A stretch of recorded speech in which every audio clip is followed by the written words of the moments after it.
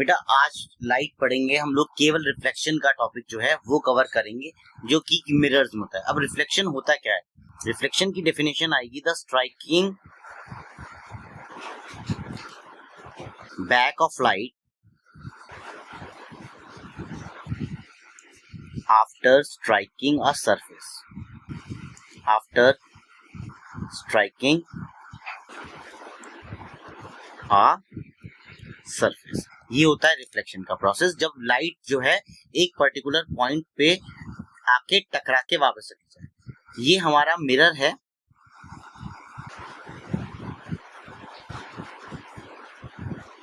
ये plane mirror है,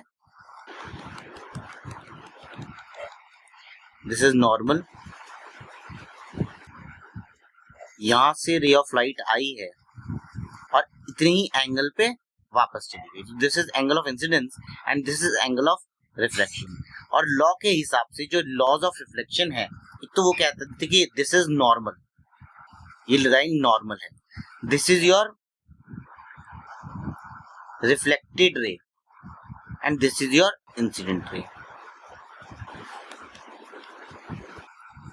तो लॉ कहता है कि इंसिडेंट रे, पहला लॉ है incident ray,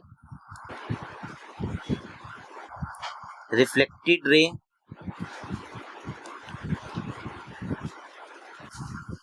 and normal all lie in the same plane। ये पहला लॉ है कि सब जो है, तीनों रेज जो है ये एक ही प्लेन के अंदर लाई करेंगे। और दूसरा है, कहता है, दूसरा लॉ कहता है कि जो एंगल ऑफ इंसिडेंस है, angle of incidence is always equal to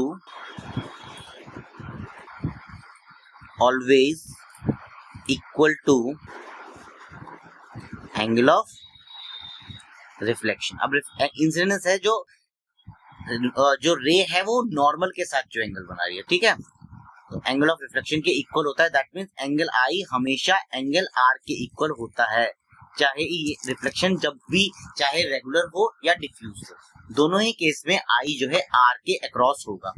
अब जो रिफ्लेक्शन का जो फिनोमेना है मिरर्स के अक्रॉस होता है, हैपेंस अक्रॉस मिरर्स में ही होता है कि लाइट जो है, लाइट रे जो आई है वो आके टकरा गई और जितने एंगल पे टकराई उतने एंगल पे वापस चली गई। अब ये मिरर्स जो हैं ये अलग अलग टाइप के होते हैं। पहला है प्लेन मिरर्स, जो घरों में ड्रेसिंग टेबल में और शीशे वगैरह जो यूज किए जाते हैं उनमें यूज होता है प्लेन मिरर, ठीक है। तो प्लेन मिरर जो है हमेशा इरेक्ट इमेज प्रोड्यूस करेगा, सीधी इमेज प्रोड्यूस करेगा। इसकी जो इमेज फॉर्मेशन है, उसकी कैरेक्टरिस्टिक्स क्या क्या होते हैं, आप लिखो characteristics of image formed by plane mirror। Number 1, एक तो जो इरेक्ट एंड वर्चुअल का मतलब है कि आप उस इमेज को किसी भी स्क्रीन के ऊपर प्रोजेक्ट नहीं कर सकते, इरेक्ट सीधी इमेज बनेगी। दूसरी इमेज जो बनती है सेम साइज की बनती है, सेम साइज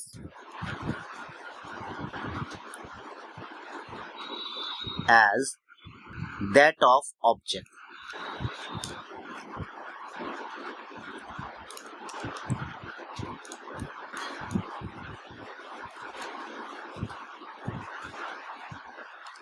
दूसरा, image forms at same distance, मतलब जितनी दूरी पे ऑब्जेक्ट रहेगा उतनी ही दूरी पे इमेज बनेगी। इस केस में v और u जो है जीरो इक्वल होते हैं। और जब मैं कह रहा हूं कि same size as that of object, image बन रही है, तो यानी हाइट ऑफ इमेज और हाइट ऑफ ऑब्जेक्ट जो है वो भी सेम, ठीक है। दूसरा, चौथा कैरेक्टरिस्टिक है इसका कि वो लेटरली इन्वर्टेड इमेज फॉर्म करता है। लेटरली इन्वर्टेड यानी कि जब साइड्स जो हैं स्वैप करते हैं, right becomes left and left becomes right, तो उस वैसी इमेज को हम लोग बोलते हैं लेटरली इन्वर्टेड। आपने देखा होगा कि जो तुम्हारा शीशे वगैरह होते हैं उसमें जो आपकी इमेज बनती है वो एकदम उल्टी बनती है, घूम जाती है, मतलब सीधा जो राइट है वो लेफ्ट हो जाता है, तो उसको हम लोग लेटरली इन्वर्टेड इमेज बोलते हैं। अब हर एक मिरर, चाहे कोई सा भी मिरर की हम बात कर रहे हैं, प्लेन मिरर हो चाहे स्फेरिकल मिरर हो, उसके साथ में मैग्निफिकेशन जरूर होता है। मैग्निफिकेशन जो है उसका फॉर्मूला होता है magnification is equals to m is equals to minus के v अपॉन u या फिर hi अपॉन h नॉट। अब यहाँ पर ये जो माइनस के v अपॉन u है, v और u तो सेम है तो कैंसिल आउट हो जाएंगे, u को हम अपने आप ही माइनस में लेते हैं, u हमेशा नेगेटिव आता है तो मैग्निफिकेशन 1 आएगा। तो एक प्लेन मिरर का द प्लेन, इसमें आप लिखोगे प्लेन मिरर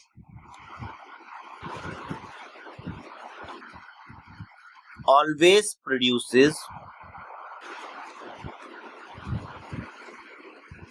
a magnification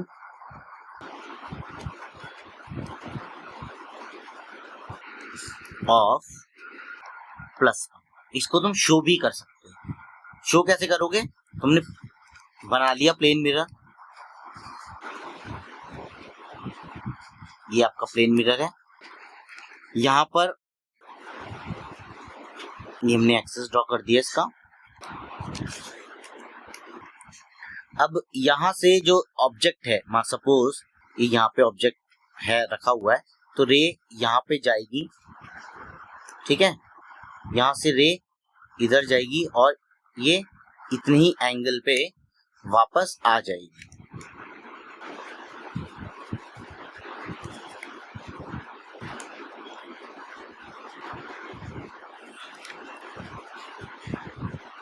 और इमेज की अगर हम बात करें तो इमेज हमेशा वहां बनती है जहां पर ये दोनों रेज मीट करती हैं, यानी इमेज जो बनेगी वो यहाँ पर बनेगी। अभी देखो जितना तुम्हारा ये U था उतना ही तुम्हारा V है, यानी V इक्वल टू U है, और दूसरा HI जो है, ओ सॉरी H नॉट जो है वो तुम्हारा HI के हाइट ऑफ द इमेज के इक्वल है। तो हमारा जो मैग्निफिकेशन का फॉर्मूला है that is equal to minus के V अपॉन U या फिर H ऑफ हाइट या अपॉन हाइट ऑफ ऑब्जेक्ट, ये इक्वल्स टू 1 आएगा। ये हमारे प्लेन मिरर के केस में डायग्राम है ये वाला, ठीक है। दूसरा,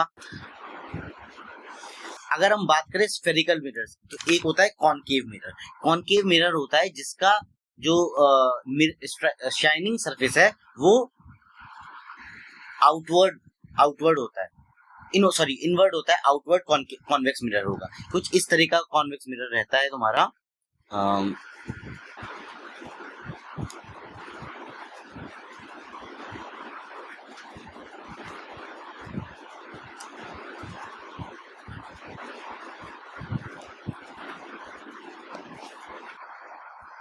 ये वाली जो सरफेस है, ये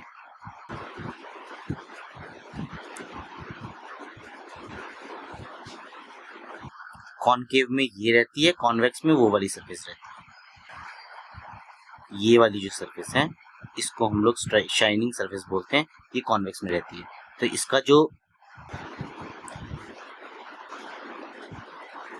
शाइनी सरफेस आया ये बाहर की तरफ आ गया, ठीक है। अब अगर हम इसमें यहाँ, this is your centre of curvature, और मैं इसको बोलता हूँ ये जो इसका, this is known as aperture, ये एपर्चर है। एम डैश की बात करूं तो एम डैश जो है वो आपका एपर्चर है, ठीक है। ये वाला जो डिस्टेंस आएगा ये, इसको हम लोग बोलते हैं आर, रेडियस ऑफ कर्वेचर। इसको बोलूंगा मैं पोल। तो distance between C to pole is equal to the radius of curvature, इसको बोलूंगा। और हमारा जो एफ होता है, एफ वो पॉइंट है जहां पर जो रेज हैं वो आके कन्वर्ज होंगी। Concave mirror is a converging mirror, ये सारी रेज को इकट्ठा एक पॉइंट पे कर देता है जिसे हम लोग फोकस बोलते हैं।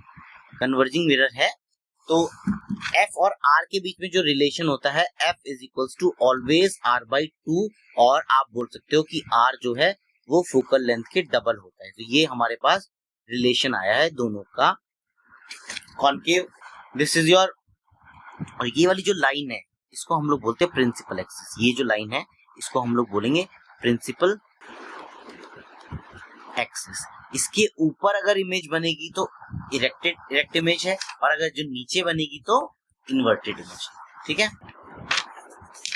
तो सेंटर पॉइंट जो है this is the surface where principal axis touches the surface of the mirror is known as pole, और जो सेंटर ऑफ कर्वेचर है वो स्फीयर का सेंटर जो होता है that is known as the centre of curvature. Centre of curvature lies outside in front outside the shining surface, उसके just opposite होता है।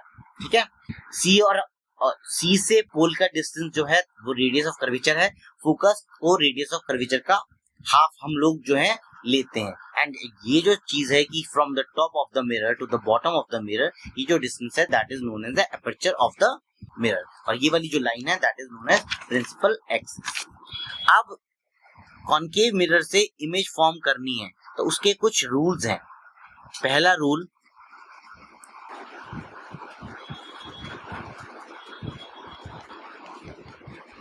अगर कोई रे ऑफ लाइट फोकस से आती है, देखो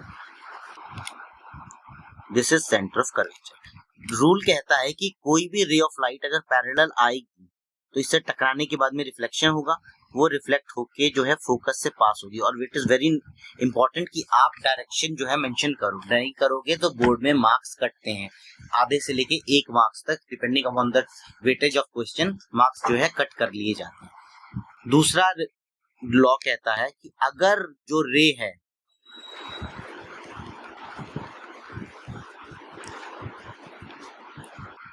वो फोकस से आएगी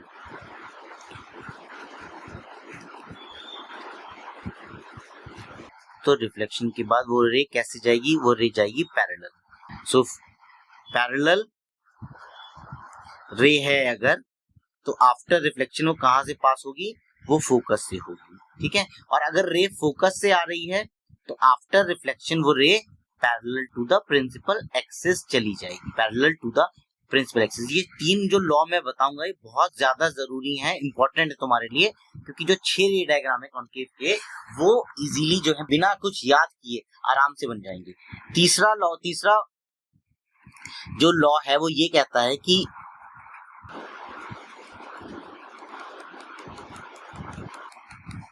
अगर कोई रे of light centre of curvature से पास होगी, this is focus and this is your centre of curvature, अगर कोई रे of light centre of curvature से पास होती है तो वो रिफ्लेक्ट नहीं करती, उसी पाथ पे रिट्रैक्ट बैक कर जाती है। तो रे विच पासेस थ्रू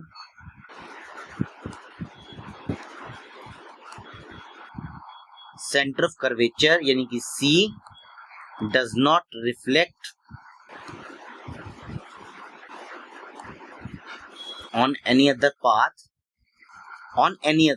रिफ्लेक्ट तो करती है लेकिन किसी और पाथ पे वो जो मूव नहीं करती, वो उसी पे चली जाती है।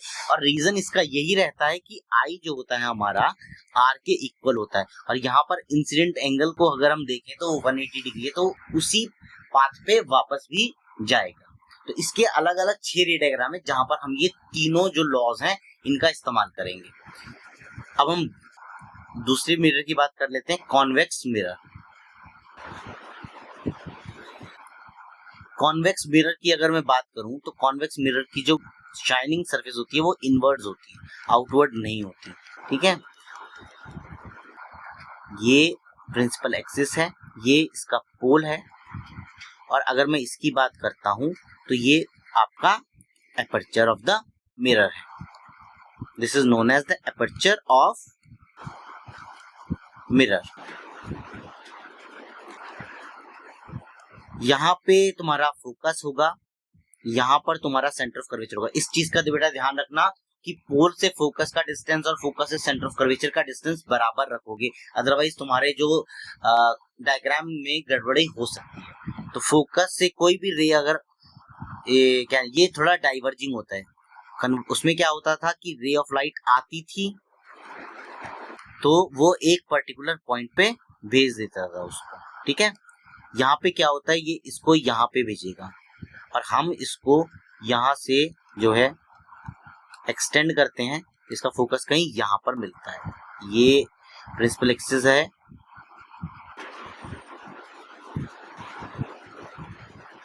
मैं इसको आगे एक्सटेंड करूंगा तो फोकस कहीं यहाँ मिलेगा। तो यानी इसका जो फोकस होता है वो आपका वर्चुअल फोकस होता है, क्योंकि मिरर के केस में राइट हैंड साइड पे जो इमेज बन रही है वो वर्चुअल है, कॉनकेव के केस में रियल फोकस होता है। दूसरी बात, कॉन्वेक्स हमेशा डिमिनिश्ड इमेज प्रोड्यूस करता है, always diminished image. Diminished image का मतलब है कि इमेज प्रोड्यूस करेगा of the small size than object. Whereas concave की मैं बात करूं तो कॉनकेव, अभी रे डायग्राम करेंगे, कॉनकेव में देखोगे कि सेम साइज की इमेज भी बनेगी, इरेक्ट इमेज भी बनेगी और इन्वर्टेड इमेजेस भी बनेगी। तो ये कॉन्वेक्स मिरर का रे डायग्राम था कि उसका फोकस, उसका सेंटर ऑफ कर्वेचर या उसका जो नेचर होता है वो किस तरीके का होता है। रे डायग्राम्स हम इसके बारे में बाद में बात करेंगे।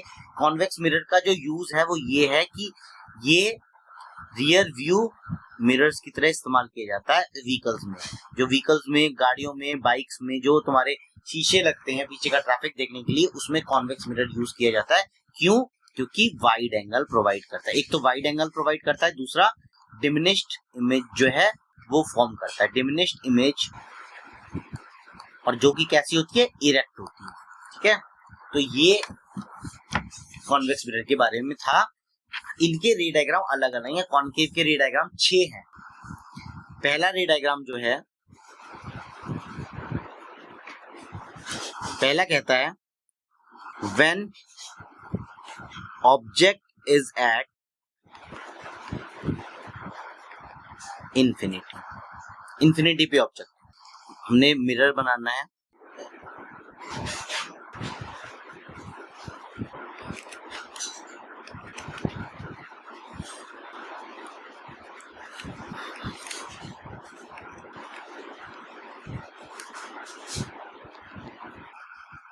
Object is at infinity, is at infinity. Infinity के लिए मैंने मिरर बना दिया। ये इंफिनिटी यानी तुमको प्लेसमेंट उसकी नहीं पता है, ठीक है।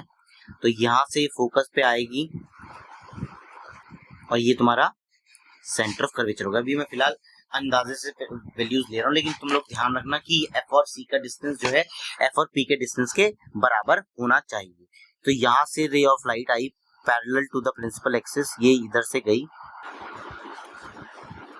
ये लॉ के हिसाब से कहाँ पर जाएगी, फोकस से जाएगी। मैंने कुछ अलग तो नहीं किया, जो हमें लॉस दिए थे उसी के अकॉर्डिंगली रे डायग्राम बनाया है। एक सेकेंड रुको। तो ये आपको याद करने की जरूरत नहीं पड़ी। दूसरा जो केस है वो है when object is beyond C या इज एट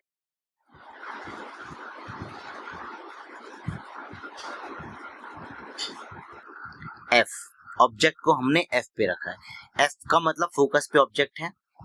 यहाँ पर देखो, ये आपका कॉनकेव मिरर हो गया, ये तुम्हारा प्रिंसिपल एक्सिस बन गया, ये पोल है, this is focus, this is centre of curvature, बन गए। तो कह रहा है ऑब्जेक्ट हमने फोकस के ऊपर रखा हुआ है, यहाँ पर ऑब्जेक्ट है। पहली जो रे जाएगी वो टुवर्ड मिरर जाएगी और लॉ के हिसाब से कहाँ से पास होगी, ये पास होगी फोकस से, ठीक है। दूसरा, ये यहाँ पर ये थोड़ा सा गड़बड़ आ गया है, ये सेंटर ऑफ कर्वेचर यहाँ पे बनेगा, डिस्टेंस जो है वो बिल्कुल बराबर होना चाहिए, ठीक है। तो ये वाली जो इमेज है ये कहीं इंफिनिटी में बनेगी। क्यों बनेगी? बिकॉज जो इमेज फॉर्म होती है वो वहां जहां दोनों रिफ्लेक्टेड रेज जो है मीट करती हैं, तो वहां पर इमेज फॉर्म होगी। तीसरा कहता है object is beyond 2f। Object 2f से के आगे में रखा हुआ, सॉरी 2f कह रहा हूँ, object is behind c, c से थोड़ा आगे रखा हुआ है। इसका डायग्राम बनाते हैं।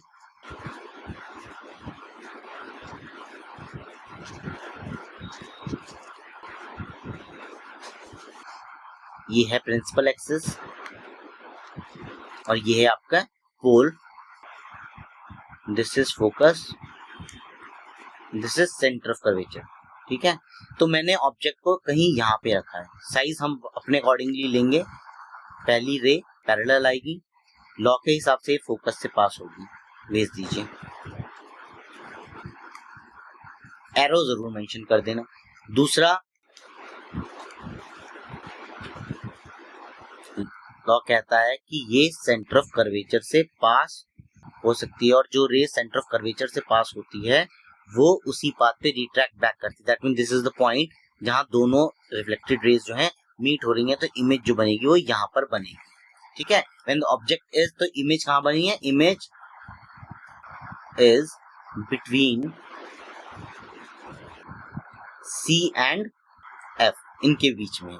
इसमें इमेज कहाँ बनी थी, इसमें बनी थी इमेज एट इंफिनिटी। मैग्निफिकेशन 1 आएगा बिकॉज हाइट ऑफ इमेज बहुत ज्यादा है, यहाँ पर 1 से कम आएगा। ठीक है, चौथा क्वेश्चन है, ऑब्जेक्ट इज एट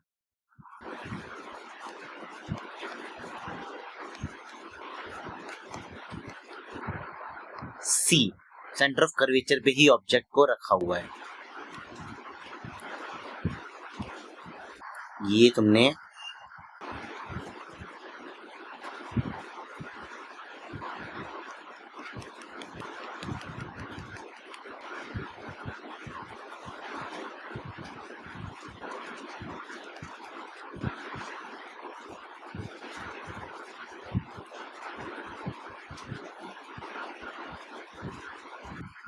ये यहाँ से जाएगा parallel to the principal axis, law के हिसाब से ये फोकस से पास होना चाहिए, भेज दो फोकस से। और यहाँ से ये रे जाएगी फोकस से, और लॉ कहता है कि ये रे जैसे ही फोकस से जाएगी,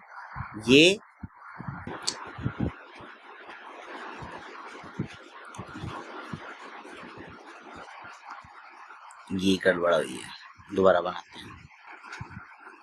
लॉ कहता है व्हेन प्लेसमेंट ऑफ ऑब्जेक्ट है when object is at C, यही वो केस रहेगा जब सेम साइज का ऑब्जेक्ट जो है फॉर्म होता है। तो आपने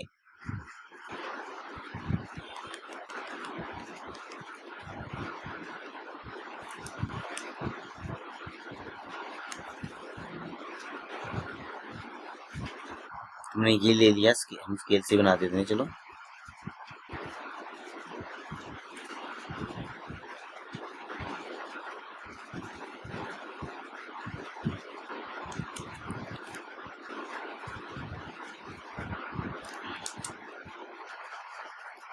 ये तुम्हारा प्रिंसिपल एक्सिस बन गया।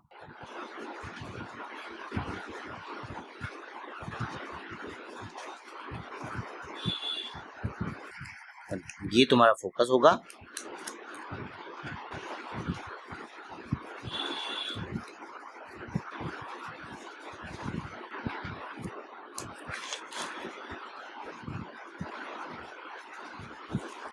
इसको हम लोग फोकस मान लेते हैं और इसको हम लोग सेंटर ऑफ कर्वेचर मान लेते हैं। अब हमने जो इमेज ऑब्जेक्ट रखा है वो सेंटर ऑफ कर्वेचर पे ही रखा है। ठीक है, ये है सेंटर ऑफ कर्वेचर। हमने यहाँ से, ये हमारा ऑब्जेक्ट है, ये जो रे जाएगी, ये पहली रे यहाँ जाएगी, अकॉर्डिंग टू द लॉ ये फोकस से पास होगी।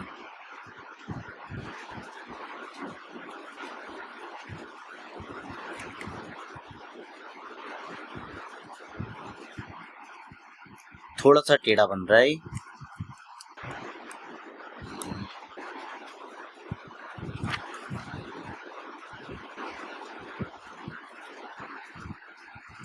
लॉ के हिसाब से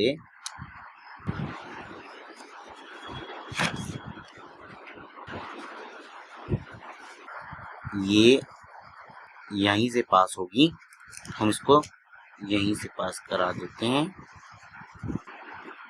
लॉ के हिसाब से। ठीक है, दूसरा लॉ कहता है कि जो रे है वो जाएगी सेंटर ऑफ फोकस से पास होती है तो पैरेलल चली जाती है।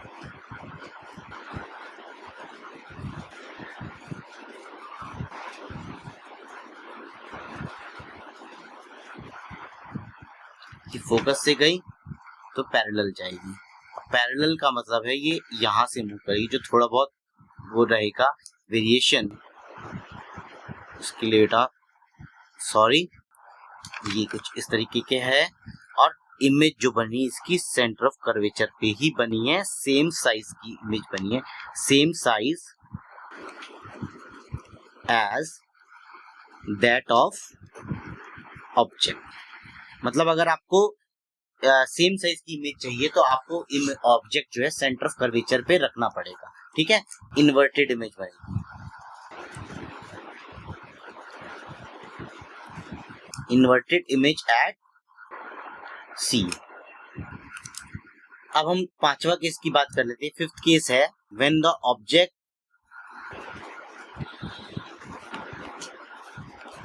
Is in between C and F. C और एफ सेंटर ऑफ कर्वेचर और फोकस के बीच में अगर ऑब्जेक्ट है तो कहाँ जाएगा। तो ये तो इसका मिरर कुछ, इसका रे डायग्राम कुछ ऐसे बनेगा। ये है तुम्हारा कॉनकेव मिरर, हमने यहाँ पे प्रिंसिपल एक्सिस बना दिया और यहाँ पे हमने एफ ले दिया, यहाँ पे हमने सी ले दिया। पहला वो कह रहा है कि बी सी और एफ के बीच में है।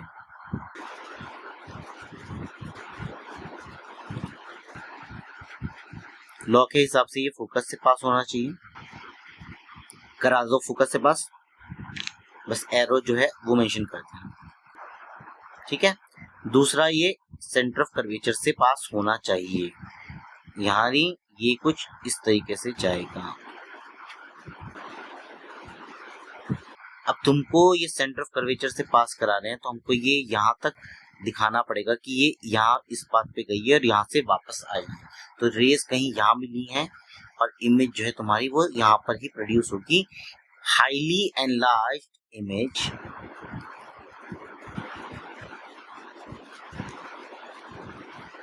बनी है बियॉन्ड सी, सी से आगे की तरफ बनी है। लास्ट केस है जहां पर, और अभी तक जितनी भी इमेज बनी है सब रियल इमेजेस हैं। रियल इमेजेस जो हैं इन्वर्टेड होती हैं। अब लास्ट केस जो है, लास्ट केस कहता है ऑब्जेक्ट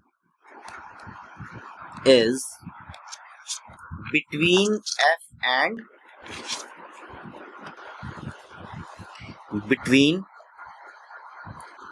एफ एंड पी, यानी पोल और फोकस के बीच में ऑब्जेक्ट रखा है। तुमने ये बना दिया मिरर, हमने ये बना दी। ये जो डार्कन साइड है ये हम बता रहे हैं कि इसकी शाइनिंग सरफेस है, ठीक है। तुमने यहाँ पे प्रिंसिपल एक्सिस बना दिया, ये फोकस बना दिया, यहाँ पे सेंटर ऑफ कर्वेचर बना दिया, दिस इज पोल। अब सिचुएशन के हिसाब से तुम्हें जो ऑब्जेक्ट है वो पोल और फोकस के बीच में रखना है, रख दो।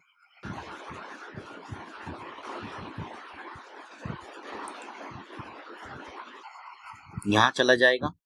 दूसरी जो रे है वो सेंटर ऑफ कर्वेचर से पास होगी, लेकिन देखो ये नीचे जाते हुए ये इनका गैप बढ़ता चला जा रहा है, इसलिए इसको हम ऐसे एक्सटेंड करा देंगे तो आगे जाके इमेज फॉर्म होगी इसकी बिहाइंड द मिरर। और ये एक अकेला ऐसा केस है जब वर्चुअल इमेज फॉर्म होती है। बाकी जो 5 केसेस हैं सब में रियल इमेज फॉर्म हुई है, यहाँ पर तुम्हारी वर्चुअल इमेज फॉर्म हुई है, ठीक है। तो ये हमारे रे डायग्राम्स थे कॉनकेव मिरर की, 6 रे डायग्राम्स थे। याद करने की जरूरत नहीं है, बस 3 लॉस को याद कर लो, उससे अपने आप रे डायग्राम बन जाएंगे। अब हम बात कर लेते हैं रे diagrams of a convex mirror. Convex mirror में 2 ही रे डायग्राम है। पहला कहता है when the object is at infinity,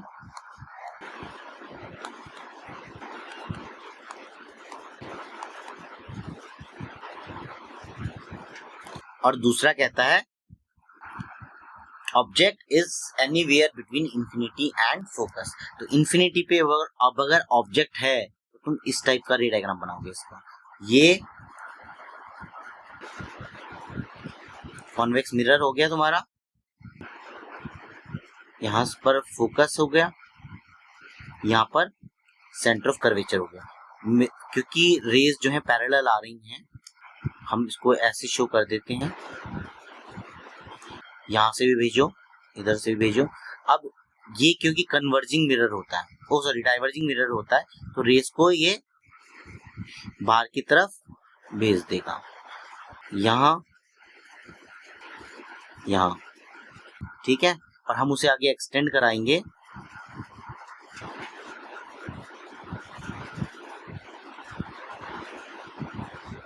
तो ये इसका फोकस जो है यहाँ पर होगा, इसकी इमेज जो होगी ये यहाँ पर बने, ठीक है। सेम केस है तुम्हारा जब हमने कॉन्वेक्स मिरर का जो बेसिक डायग्राम बनाया था। दूसरा रे डायग्राम के लिए कहता है object is anywhere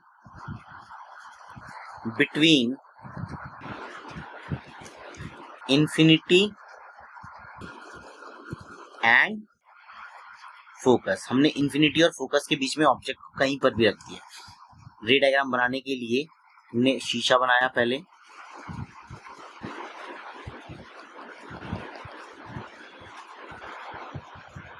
this is your principal axis. इसे हम आगे भी एक्सटेंड करा लेते हैं क्योंकि जरूरत पड़ेगी इसकी। अब इसका फोकस है यहाँ पर, सेंटर ऑफ कर्वेचर यहाँ मान लो, हमने ऑब्जेक्ट को यहाँ पे रख दिया, तो पहली जो रे है वो पैरेलल जाएगी किसके, to the principal axis towards the mirror, और ये जो रे है ये डाइवर्ज हो जाएगी, इसको आगे हम लोग मीट कराएंगे, this point would be the focus of the mirror, ठीक है। दूसरा, अब जब अगर फोकस है तो सेंटर ऑफ कर्वेचर भी होगा। अब आप इसको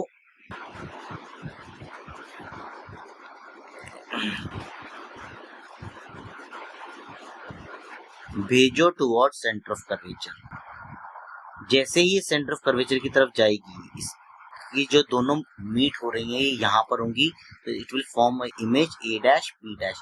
इन बोथ द केसेस इमेज जो फॉर्म हुई है वो बहुत ज्यादा डिमिनिश्ड है, हाईली डिमिनिश्ड इमेज प्रोड्यूस हुई है।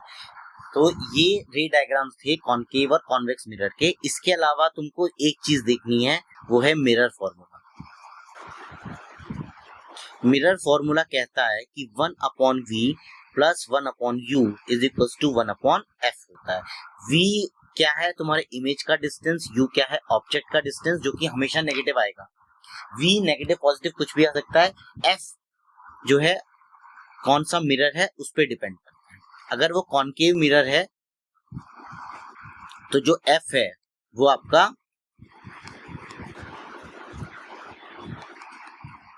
पॉजिटिव आता है कॉन्वेक्स के केस में, और नेगेटिव आता है कॉनकेव के केस में। अब हम बात कर लेते हैं साइन कन्वेंशंस की। तो साइन कन्वेंशंस जो हैं, जब हम लोग इसके न्यूमेरिकल सॉल्व करेंगे तो साइन कन्वेंशंस का ध्यान रखेंगे। ये देखो, ये मिरर कोई सा भी हो सकता है, कॉनकेव या कॉन्वेक्स, सब हम यहाँ पर स्फेरिकल मिरर को ही बना लेते हैं। तो ये तुम्हारा स्फेरिकल मिरर है, ठीक है। इस तरफ के जो डिस्टेंस है, लेफ्ट हैंड साइड के जो डिस्टेंस है वो लिए जाते हैं नेगेटिव, और राइट हैंड साइड के डिस्टेंस लिए जाते हैं पॉजिटिव, ठीक है। मैग्निफिकेशन तुम्हारा v अपॉन माइनस, मैग्निफिकेशन का जो फॉर्मूला होता है दैट इज माइनस के v अपॉन u, और ये माइनस u का नहीं है, u के लिए तुम्हें माइनस लगाना पड़ेगा। इसका एक फॉर्मूला ये भी होता है कि ये hi अपॉन h नॉट भी होता है, यानी मैं v अपॉन u पे hi अपॉन h नॉट को इक्वल रख सकता हूँ। hi क्या है हमारा, height of image, h not क्या है हमारा, हाइट ऑफ ऑब्जेक्ट,